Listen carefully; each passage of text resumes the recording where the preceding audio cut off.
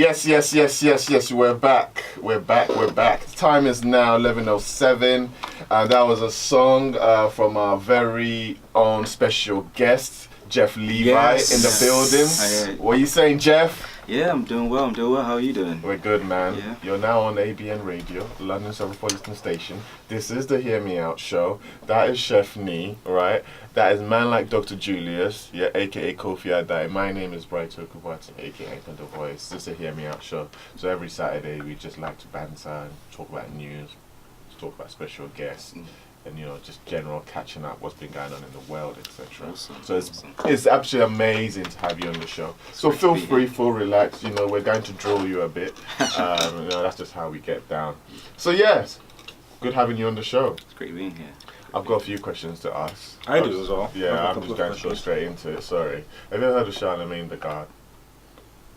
No. Okay, you have. By the way, he's a pastor. So Jeph Levi. Yeah, I saw the line of questioning. He's a pastor. So let's talk normal. Yeah. No more word than life. Yeah. So why Levi? Why the name Jeph Levi? Why Levi? I know. I think I do. Would you want to? No. Let me try. Can I guess? Yeah. I think it's because in scripture, like the Levites were in charge of the temple, they were the worshippers, isn't it? So that's why I went with the name Levi. Yeah. So in simpler, close, very close. In simple form, my name Jeffrey. Jeffrey actually means servant. Oh. Or servant of man, and Levi is servant of God. Oh. So if you put Jeph Levi together, it just means servant of God, servant of man. Oh, so you serve both man and God. So I serve God first, and so service to God, service to man. But Jeph is the man one, so that means you serve man first. No. So it should have been Levi Jeph. It's not like a literal translation. It's like when you have tree and then you want to do a literal translation. It doesn't work. Isn't it him that said it? Yeah. No, but to me it's like when you're speaking tree and tell me what does it mean. I'll tell you. Okay, never mind. What do you mean? If we're saying Mekwaba, I'm going to come. I'm going to come. That's like literal translation, but if you put it, if it's just the phrase Jeph Levi, the understanding of it is that I am serving God first. Okay. And I'm also being of service to the people. Oh, that's good. Yeah. So you're obviously a Christian. Yes. Right? Yeah. Yes. 100%. So you're not into Judaism or Jehovah's Witness or anything like that. No. Wow. We're from these. No, because it's always useful to know your background and stuff. Yeah. So have you always been a Pentecostal? I gave my life to Christ when I was 13. I don't believe that. You can't give your life at 30. You haven't lived yet. I think people give their lives once you've lived a bit and you actually understand what you're saying. That's my personal opinion. Really? Yeah. So it means after 13, no, that's not the case at all. Yeah, exactly. But you can't just say that once you give your life to Christ, you have no faults that you need to work on in your life. Is that what you're? Yeah, no. But I'm just saying at 13, you don't really understand what you're doing. Do you know what I mean? It depends on what you've been doing until you were 13. Okay, so that's what have you been doing? Because, number one. Or is your dad a pastor or something? No. So I've always grown up. His dad is school though. His dad is school. He's a software as well. Calm guy. No, he's not. He's a really calm guy. Really quiet. He's not really quiet guy. He's what? He's not Christian. Oh, he is. Our whole family are Christian. Oh my gosh, no comment. Okay, no. No, basically, I've grown up in a Christian household. What, in UK? Or? No, I grew up in Ghana for 10 years. Okay. So I came here at the age of 10, going 11. So you found God in UK? Yeah, I found it. It's not that I moved to find it. You know that time when life is hard that you have to find God in the UK? You need to be a lawyer the way you read into stuff. I mean, for me, I think it's like a wilderness experience. Yeah. When you're taken away from what you know. Yeah. And you're thrown into a new environment. Yeah. That's where you actually find God. Yeah. I know so many friends who went to school outside Ghana and they come back and they are really religious because and when you leave your surroundings, your family and people, and you're in a new country, new environment, you don't know anyone. Yeah. The only person you know is God, and you tend to draw closer to Him. He's your dependent. So I can understand what you're saying. But for me, from the age of 13, I understood what I was doing when I was giving my life to Christ and saying that He's Lord in my life. However, in terms of if you're talking about the way that I lived my life, I feel like the real changing point came when I went to university. Yeah, that's what I mean. At the age of 18, and that's where I would say people say, "Oh, they gave their life to Christ." But so what would you call that period, that moment, that pivot point? How do you? Because for me, that is when it's almost like realization point. You've been following a pattern, and then you actually, you know what? Yeah. It's like this is the for real moment kind of thing. Like, what would you describe that experience, or what is that thing called? Is that like you're born again kind of time, or? Cause you know what I mean? Because I feel like at 13, I get it. Where you want to live for Christ. You're young. You want to give Him your all, but the weight of it, I don't feel a 13-year-old really can grasp it until you're a bit more mature. I mean, I do see young pastors at the age of 14, 15, they'll say, well, Jesus Christ. I find that very interesting, actually. Yeah, the young people. I mean, because like the pastoral work is really hard, and it entails so much. So I find it. I'm impressed when somebody actually chooses to be a pastor. I'm like, good luck. Yeah. Okay. Good luck. That's your choice. Yeah. No. So at 13, I mean, I'm not gonna lie in it. Like, obviously, man. Like, obviously, I was going to church as well. I mean, I've been to several churches. I've been to, Talita Kumi. Yeah. Yeah. I don't know when that. You know that one. You know Talita Kumi Church. What's that? What church is that? I know the phrase, but I don't know the church. What church is that? You know White Garment Church. Oh, you have. Oh. And to be honest, me, I'm. We know it as Awoyo. Me, I know it as Awoyo, but I know Talita Kumi. So for me, it's always like I always have to be incentivized. Confucius lost his life. No, seriously. My reason for staying in church and everything is always been incentivized. Yeah. So the idea is back when we grew up in Ghana, if you don't go to church, you're not eating. So the idea is if you want to eat, then go to church. Talita Kumi was a White Garment Church. We used to go there, I think Fridays and some other days. That's because they used to give us, they give food to the kids. Yeah. Down north and stuff like that. Yeah, so I was like, I'm going. I will just go and stand there, break down, shake and everything, just because I knew at the end of it, I was getting some kwedu and whatever, which I wouldn't have got if I stayed at home. So that was my intent. So I didn't actually know what was going on half the time. When we came to and we went to Presby, I've been to Presby.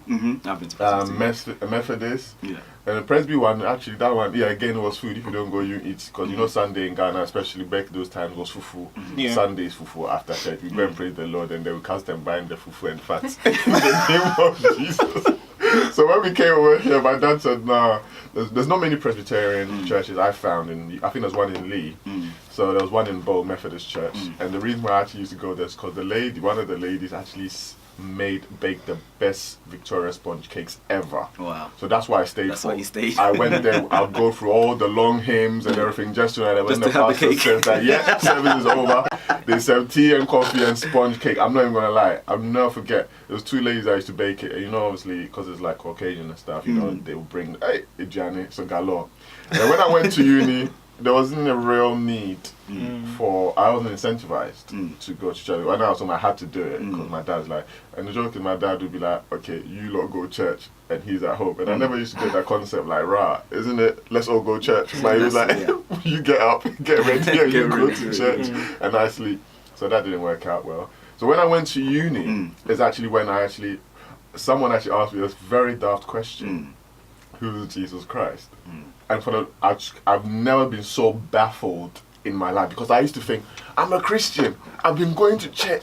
So when there was actually an Asian man to make it actually more spicy, and I was thinking, what can you tell? Right? Me, I'm from Ghana. And the guy was like, do you know who Jesus Christ is? I was like, yeah, of course I know that. I think every Ghanaian has an idea of who he is. Yeah. And when he asked me, okay, so who is he? I was like,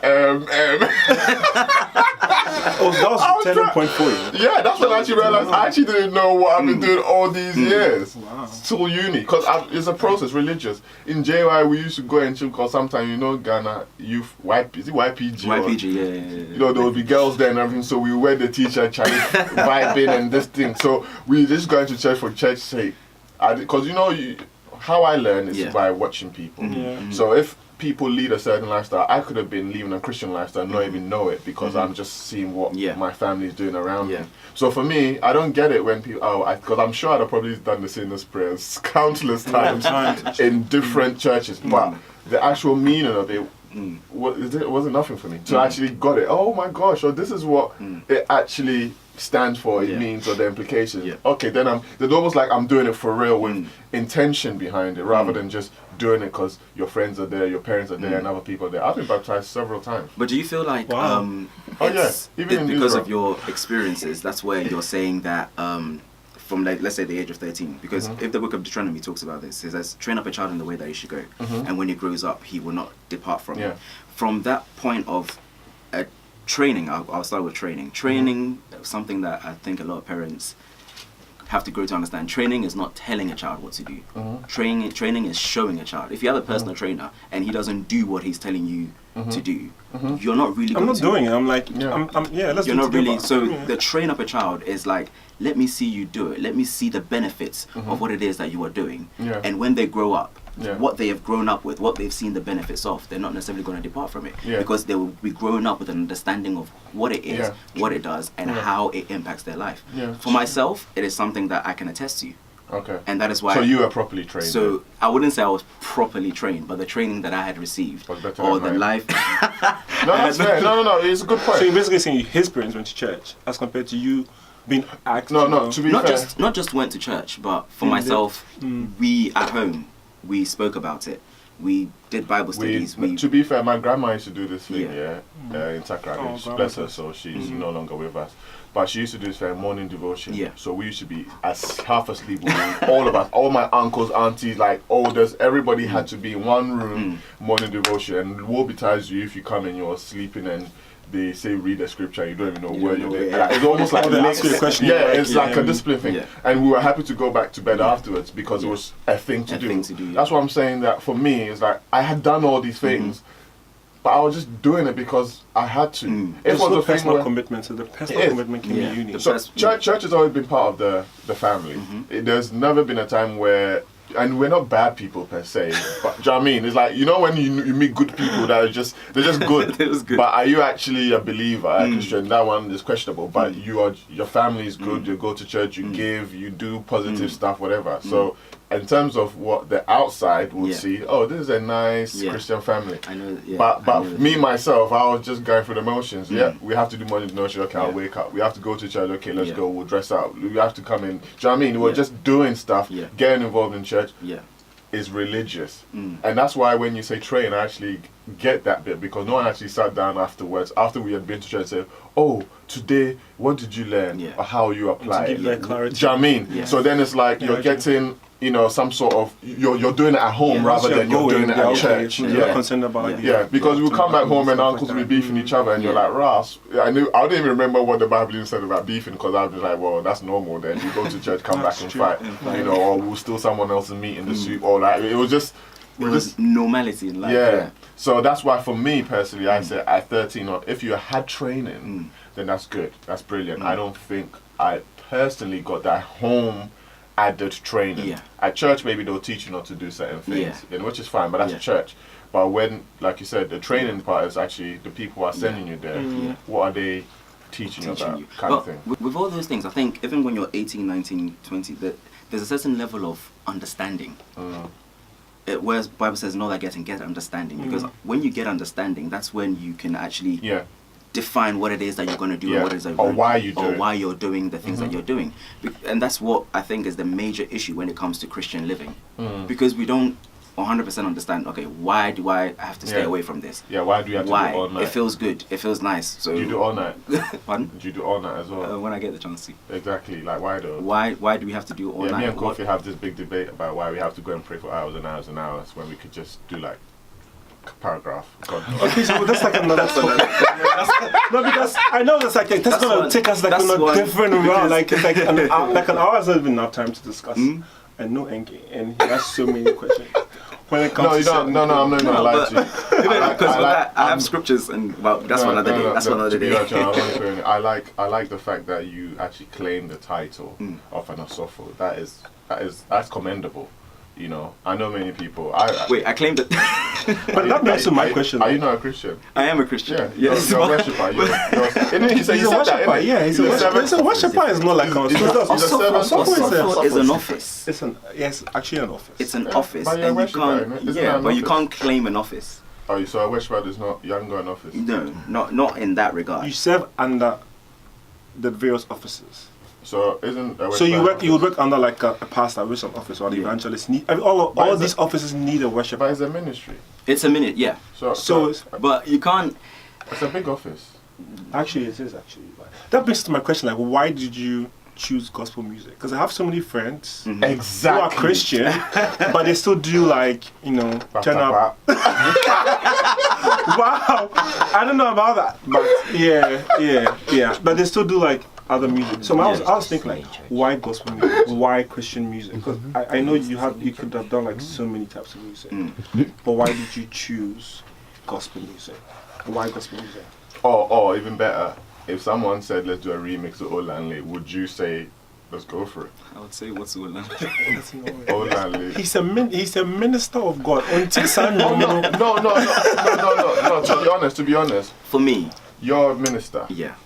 Yeah. And I'm a big, when it comes to music, Yeah. I have certain ideologies into how you portray that message and what you stand for. Yeah. So you the work that you put together and how you distribute it is very important. That's why I'm asking these questions. For me, I would never do anything that doesn't resonate with what is in my heart. And that's why I do gospel music. Okay. It's because it's what I know, it's what I understand, it's what I've experienced in my life, and that is what I'm sharing to others. So what is your definition of gospel music? Now, when it comes to gospel music and worship music, I think Or let me that's make you another- aware the difference between worship, gospel music, and inspirational music. Wow, okay. Gospel music is, for me, music that speaks about the life of a Christian. For me. Okay. It's music that speaks about the life of a Christian in its entirety.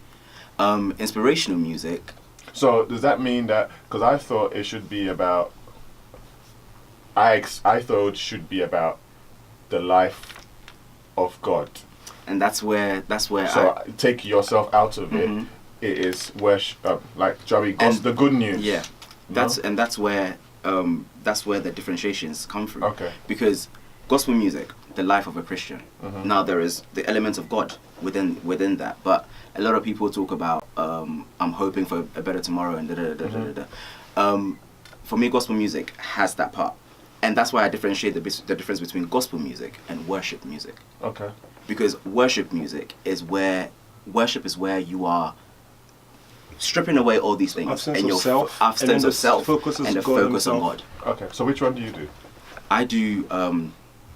I've done gospel, and I do worship too. I understand the difference. So when I'm putting this one, I know that there's a gospel song, okay. and when I'm doing this song, this is a worship song where I'm saying I'm stripping everything up, and the focus of the song is to Okay. worship God, and nothing about what I'm going through, what I'm feeling. So the things worship. in my life, so but it's all about worship. So being a worship minister is actually the true ministry one. The gospel one is. It's not a true ministry. It's what have you been called to? What have you been called to? So does God ask people to come and tell us about their lives and their struggles, yes. or is it more for? I mean, because I people think learn from people learn from people's as well. experiences. So gospel music Yeah. is changing certain people's Yeah. lives. I just you need to understand what you're being called to do. Yeah, the word of the testament is something that, of your testament, is something that scripture speaks about daily, as in what you've been going through, the things that you've been experiencing can be of benefit and can be a blessing to other people to understand that, you know what, if you're in this similar situation, God has done it for me, he can also do it for you. So Yeah. stay strong, stay focused, and God will bring And it I through. also think like when it comes to your ministry, Yeah. it's possible to do both, like Yeah. to do worship and Yeah. gospel. Because when I write music sometimes, and sometimes what comes Huh? to you, Can you take that back? and sometimes what comes to you is Wait, an experience. He's not just gonna skip past that. Like, we I'm didn't hear saying what you just said. sometimes I do write music sometimes. Okay. Wait, do you say you write music or you rap music? I write music. Oh, you write He music. writes Oh, music. And what I'm okay. saying is, sometimes what comes to you is Yeah. an experience, Yeah. and the God factor is there, but it's like it talks about your life as Yeah. well. And sometimes all that comes to you is God, like who He is and His attributes Yeah. and stuff. So Yeah. I understand what you mean. Yeah. But then us in this ministry, it's possible to do both. It's To do possible both to do. inspirational, to do gospel, Yeah. and to do Yeah. worship music. It's possible to do all of it, but for me, I always say that, what have you been called to do? What's your purpose? What have you been called to do? And what you've been called to do is what you need to focus on. It's great and all if you see that inspirational music is the big thing that is out there and the thing that is being influential around. But if you haven't been called to do inspirational music, or you haven't been called to necessarily do any other type of music, why are you in it? Is it for personal gain? And that's the be all and end all of the matter. So why do you do it? For me, I do it, especially worship music. Number one, because I know I've been called to it Okay. in my life, in terms of, for me, knowing my purpose. Okay. My purpose for me is to basically cultivate a generation of worshippers who live their lives as a worship lifestyle and not just living worship as a moment's occasion. A worship lifestyle. You know I'm from Croydon, so some of these jargon, you have to break it down. That, So, for me, I'll bring it back to scripture where Romans 12 talks about, therefore I beseech you, brethren, in the view of God's mercy, to offer yourselves as a living sacrifice, holy and acceptable unto God. This is your true and proper worship. Now, a living sacrifice is not a sacrifice that you kill and it's dead. It's something that is continuous. So when the Bible talks about living sacrifice, it's actually talking about each and every day's expression. And that is what scripture refers to as true and proper worship. Yeah. Now, when it comes to worship in music, and worship in different avenues, creative means, those are acts of worship. But the idea of worship in itself, and how scripture describes it as the foundation of worship, is actually the way you live your life. yeah, Because so, but shouldn't that be for everyone then? that's the thing. It should be for everyone. every Christian. So for So- us, we are expressing the acts of worship through music. Some people can be expressing the acts of worship through dance. Some can express it So, through so in terms of spoken your word. lifestyle here, that means every single thing that you touch and do, you use the word worship, has to be focused purely on God. Yeah. Everything that I do, Yeah. at the back of my mind, I should be asking myself, and anything that a born-again, Bible-believing Christian should do, Should at the be back an of act the of mind, worship. should be, is this an act of worship to God? The way that I'm treating you, is it an act of worship to God? The That way must be difficult in London then. It's difficult. It's globally. difficult in Everywhere life. you go, like, because Everywhere you go. so everything you have to do. So basically, everything that you have to do has to have an absence of self. Yeah. And putting God there. Yeah. So I mean, I understand that. So everything that you do, so how I treat you, should be an act of worship, which basically means I'll treat you how God would expect me to treat Yeah. you, or like how I would respond to certain things, Yeah. how I would carry myself. Yeah. And, I mean, that's deep. Yeah. I hope there was a lot more worshippers in the world. That's what I'm saying. Because obviously where I live in it, I mean, we're gospel people. We're not worshippers. Yeah, I mean, but yeah. So the music that you make, you had another one released recently. Father. Yeah. What's the idea? Tell us about that behind it? before we play that. Father, if you've had a listen to the words of the song, for me it was a cry out in a secret place, where it says that you are the one I can depend on when I'm not feeling strong. You hold me down. For me, it was from a place of where I was trying to ponder over the promises God has made over my life and the struggles that you go through. I can derive it from Hebrews chapter 6, just the latter parts from verse 13 onwards, that talks about the certainty of God's promises, especially verse 19, and that's where Anchor to My Soul comes from, because it refers to the God being a God who never lies. And so this God is an anchor to my soul that grounds me through storms and trials. Okay. So this is gospel music. So this is gospel music. Awesome. Okay. I have listened to it. I think it's a good song. I mean, when I heard it, it sounded so. I don't know. It appeals to everyone. And you will not think it's a gospel song, but then you listen to it and like, oh, this is really cool. And I mean, it brings me back to that's how Zara made it in South Africa. Like she started bringing out music that was appealing to everyone. And I was just like researching on her. I'm like, wait, she's actually in the gospel category. So, and I was going through like the lyrics of her song, and because it's in Xhosa, Yeah. whatever it is, and you go through it, and then it's like such a gospel music because it mentions God, and I'm like, wow. So I heard it, and I'm like, wow, this is really good. Yeah. And I think it's something that generally everybody would like to listen to. And the good thing is, it came out on like Father's Day. Yeah. And it's like, oh, that's such a good sales gig, actually. Yeah. That's good. I mean, I make gospel music myself. Yeah. What's the latest one that you've made? Oh. Keep calm. Keep calm and pay your tithe. Volume 1. Mixtape out now. It's on SoundCloud and everything. Yeah, How can you say keep calm and pay attention? yeah, man. So anyway, we're going to play it. We're going to play it, Father. And then, let me just see. Oh, sorry, this is the wrong one. Wow. Sorry, that's the wrong one. He's a gospel artist. Oh my Them God. ones when your mouse don't work. Okay, alright. Yeah, man. So yeah, no, it's good to. I'm curious to listen to it now, and then yeah. All right, man. So you heard it here first. Jeph Levi, Father. This is the lyric video. Enjoy.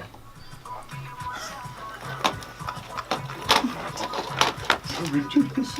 After a whole gospel song.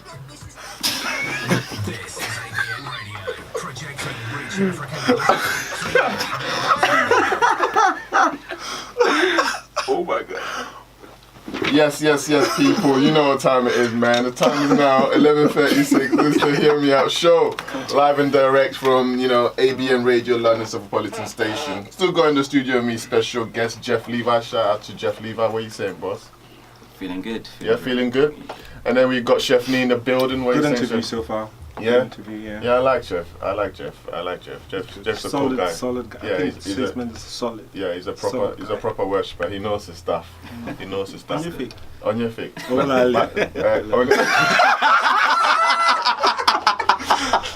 I mean, like it's just what it is. There's no deeper meaning. Yeah, there's nothing else. We're speaking in tongues. Shout out to my guy here, Kofi Ade, aka Dr. Julius. Just Kofi Ade is fine, but thanks. Yeah, thank you for being. It's funny how we always come down to this. Thank you. Always. And boss man, I'm going to introduce you to, because obviously he's a PR exec, and obviously he joined us on the show today, and he had a lot to say on corruption in Ghana. He's my hype man. Yeah, so Nee's got a hype man. Okay. Like all the pictures on Instagram, that's the photographer. What's good? This is Shinsubi. What's good? I'm happy to be here today. Okay. Now, Sana, how can you demote someone that he's your photographer? And hype man. No. He's your own person. You're a PR exec. He's my personal person too. Hey! Charlie, it's too much. Let's continue. Yeah, let's continue. Sorry, I've just got one question for you. Okay. To do with music.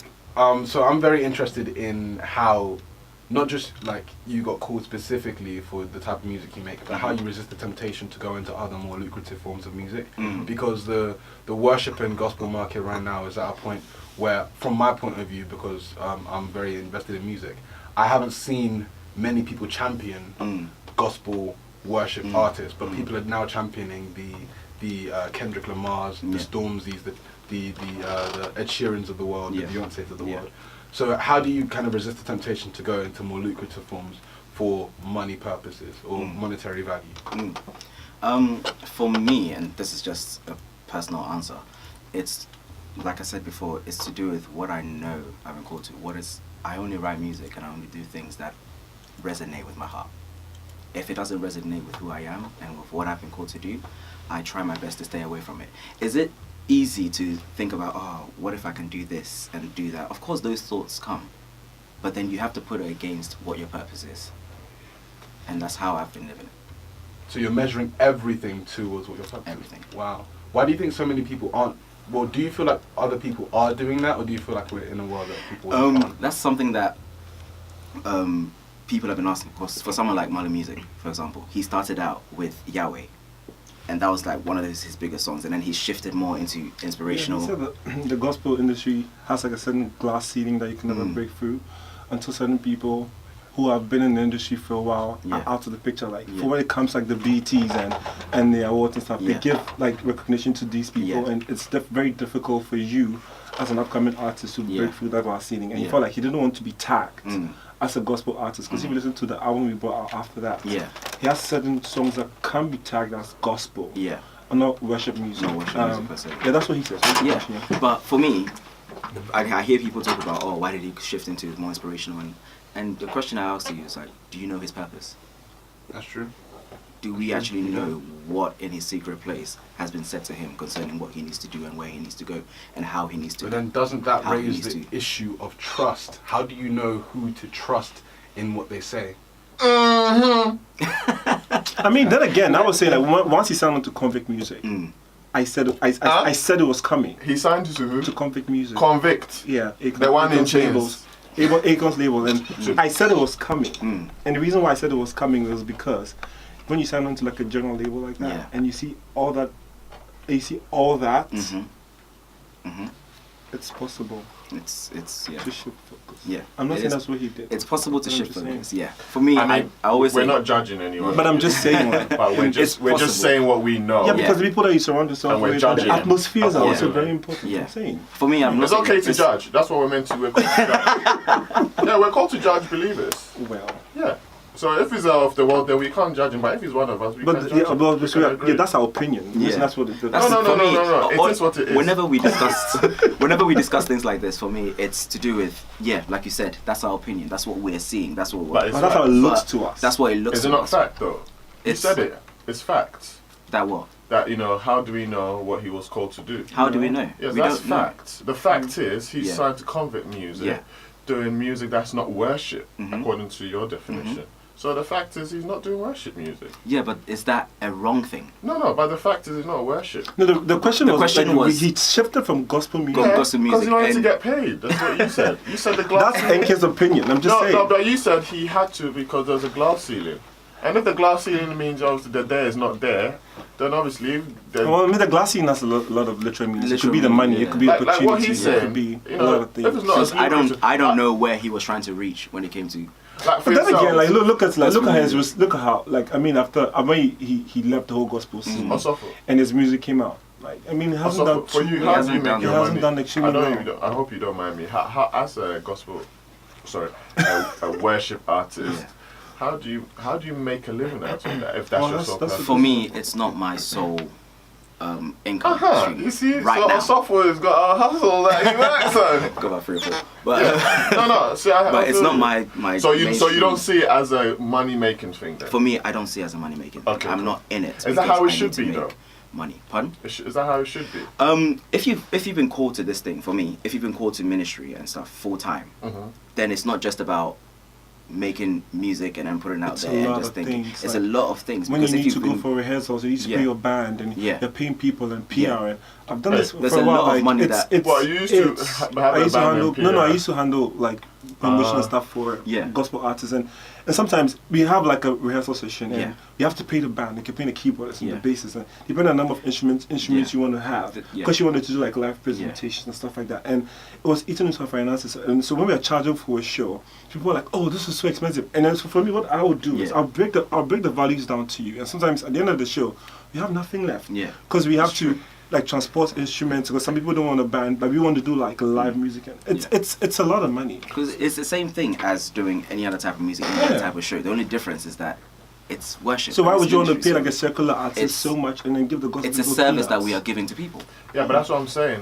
Like I believe in your time Yeah.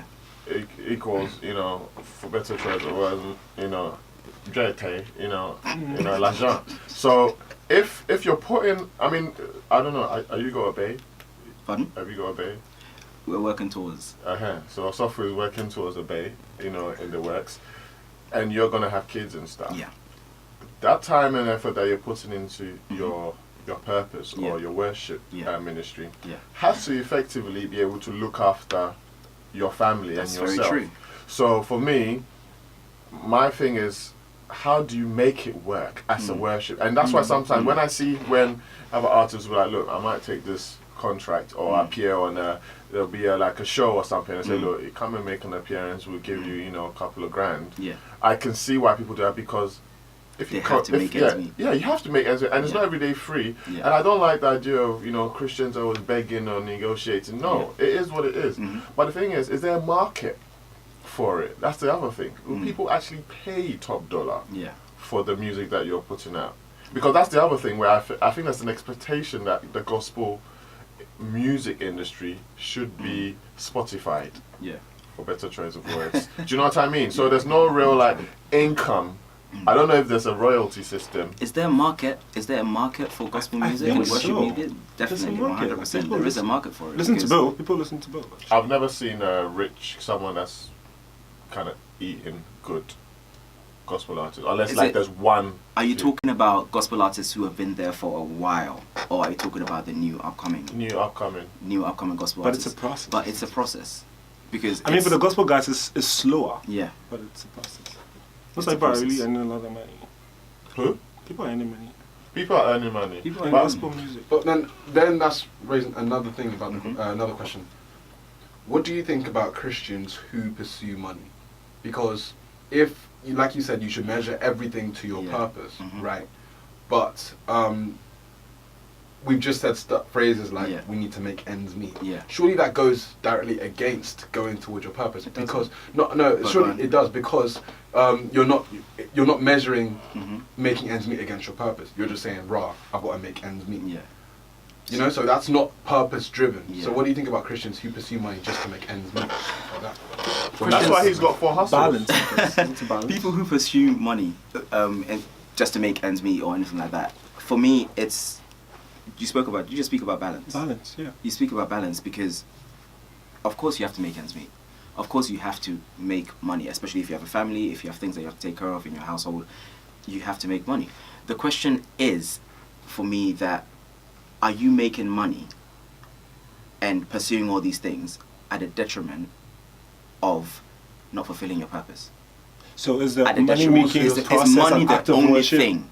Pardon? It's like, so is the money making process an act of worship in terms of the decisions you make when it Scripture comes says to this: money? God is the one who gives the ability to make wealth. That's If true. God is not the one who, if God is the one who gives the ability to make wealth, and you're saying that then we shouldn't necessarily work towards making wealth, then that's very contradictory But to no, the, so the what- word that so we believe. What I'm hearing is that whatever you do should first of all be an act of worship to God, Yeah. fulfilling your purpose. Yeah. And from that, Yeah. it should produce enough wealth for you to live off of. Yeah, you Okay. should be able to. You should be able to, because if you're making it your main source of income, then you should find ways, because there's a lot of PR that goes into these things. There's a lot of aspects and a lot of elements that go into this thing. So if you're just doing it out of you're saying is your main source of income, but you're just putting it out there. Oh, this is just to bless you. This is just to bless. That's not wisdom. That's true. not wisdom. That's not wisdom. Interesting. Because I mean, in my mind, for example, like if you have like a show and it's a free show because Yeah. you want to minister to people, Yeah. and I'm inviting you, Yeah. charging me money, I'm like, because I'm not making any money from Yeah. it. So then I have an issue with that. Mhm. But if you're charging a gay fee, you're making money from the show, Yeah. and you're using me to headline the show, Yeah. and you don't want to pay me cash, that doesn't make any That doesn't sense. make sense. That's taking advantage of me. That's how I understand it. Mm. So for me, when it comes to decision making, when it comes to money, Mm. I would go with the act of worship Mhm. mindset that you said. Mhm. So, for example, if it's a free show, Yeah. my act of worship is turning up and supporting the cause Supporting the because you are cause, trying yeah. to win souls. Yeah. If you're making money, Mhm. and for example, I'm the headline of the show, Mm. I need to be paid. Like, Mm. why are you using me as a headline? Because you want people to come, and people are coming to listen to me You're sing. still doing a job. It's still so now It's it's still not. a It's job. moved from an act of worship Yeah. to doing a job. On top of all these things, when we're talking about purpose, we're talking about act of worship, we're talking about all these things, why can't it still not be work? Or why can't it still not be a job that you get paid for? Though we may have all these elements. Because if I throw that to you. I guess that everything that we've grown up and been told Mhm. is that, like, in Christianity, when Yeah. you're doing something for Jesus and doing something for God, Mhm. it's that feeling that you get, that the feeling of the Holy Spirit working through you. It's that pleasure you get from it. That is your reward, and the The feeling monetary doesn't value. pay bills. Exactly, it's the money. It's very hard to assign monetary value to that, Mhm. which is why so many Christians have been taken advantage of it and think we need to live poor. But in actual facts, I guess, like you said, we should, charge what we're worth and Mhm. charge, for that. Mhm. But I feel like it's very hard to do that Mhm. because it almost feels, and I know I'm saying this, given what you said, it's not true, but it almost feels unchristian to Mhm. charge something. It's like you're taking something from Mhm. someone. How do you feel about Christians who, like me, have that point of view that it's kind of it's hard to charge people for something since you feel like you're doing it for God's Wait. will? So you're saying he shouldn't charge you for No, his I'm not work? saying he shouldn't. I'm saying that so many Christians have been brought up with the mindset, like I've been brought up with the mindset Mhm. that like it's like almost like God will put money into my hands and all the work I do, I can do it for free because God will always provide for me. So it makes it hard for me to say like, no, I should be I want to charging. hear what he has No. to say. You see, this is my thing because I meet a lot of, to be fair, not worship artists, gospel artists, Mhm. and 20 out of 25 usually don't survive. So you only hear of the same repeat ones who are making it. Yeah. Because a lot of them fall by the wayside because you don't have a plan. That's how I generally feel. You don't have a plan. For that. Yeah. So when you're starting out, like you said, if God has spoken to you and given you a purpose, He should also speak to you and give you a business plan. Yeah. Right? 100%. And I see people just going into it, oh, I want to do it for God's glory. Hey, who, how? But you know what? We have to buy your music. Yeah. We have to buy your service that you provide. And the thing is, I don't think Christians get that as into, you know, even charging. It's almost like I don't want to charge. No, if I was inviting you for a show, because I'm always about time. My time equals, I know it sounds really harsh, my time equals money. I know what I'm worth. Now, every single hour. So when someone says come and do something for free, unless I'm doing it voluntarily and it doesn't affect anything else, then I don't mind. I'm giving it to you for free. But if I have to make a living of that, there's a cost to that. And I have to factor it in. If it means I have to charge you for my CD, and if there's no one buying it, then straight away God is probably telling me something himself that, hey, this your ministry, it's not bringing any cream. So maybe you didn't hear me properly. I said go and write music, not go and sing music.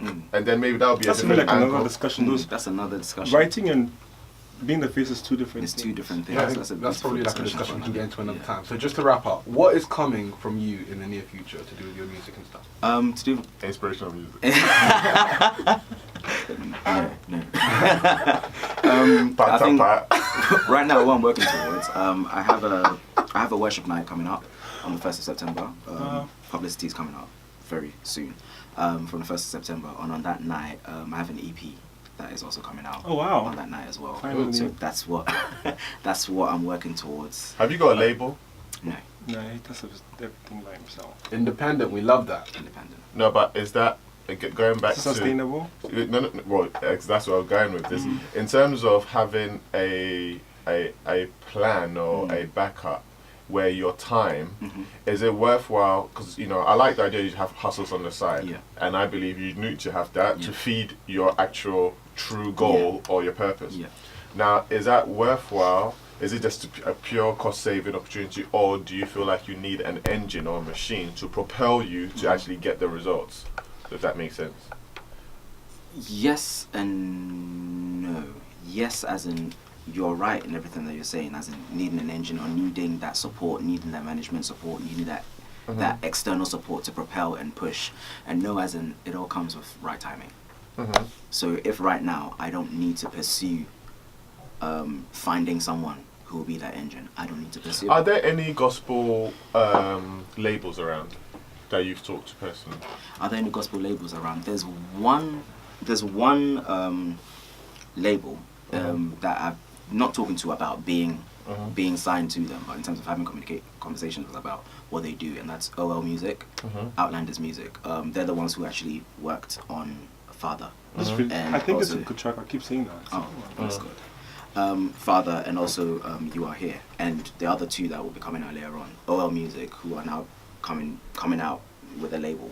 They're the ones who worked on that. So I've been in talks with them, but nothing to do with whether being signed on or anything like that. Because for me, right now, I'm not thinking about being signed. That's not my focus. If it becomes my focus in the near future, So it's not in your plan. but it's not in my present plan Okay. to look for someone to sign me. Okay. So All right. right now, it's more growing me, growing what God has given me, growing the gift, Building. and build. Yeah. Okay. I That's like what that. it is. Well, there's a lot we had to talk about Ghana politics, but obviously Suffolk came in and calmed the situation down with being worshippers and letting I speak for you lot, your lifestyles to be, a living sacrifice. But we have some shout outs to do. So who are we shouting at? Well, I'll start with celebrity for the month, Miss V. Today happens to be her birthday. Woo! So we wish you happy birthday, Miss V. Stay Birthday. fab. So fun facts about Miss V. Her real name is Vera Hameno Oh, Vera. Peda. Her father, her father Ernest is a businessman and her mother Florence a caterer. She has two older sisters and one brother. Her sister Maggie is a popular YouTuber, a makeup artist, and today actually happens to be her birthday. Okay. Stay fabulous, Miss V. I have some shout outs to our listeners in South Africa. all the way in Joburg, South Africa, to Buntle, Thato, to Setsu, Larato, and Henry, Orange Grove. Also to David, Moji, and Terry, not forgetting Gideon and Marianne. Ubeno Sugu Olumnadi, which means enjoy your day in Zulu and Kosa. Also, shout outs to all our listeners in Ghana, especially Mami Teria. What up, and Christian Atipo. Nous te souhaitons une bonne journée. Enjoy your day in French.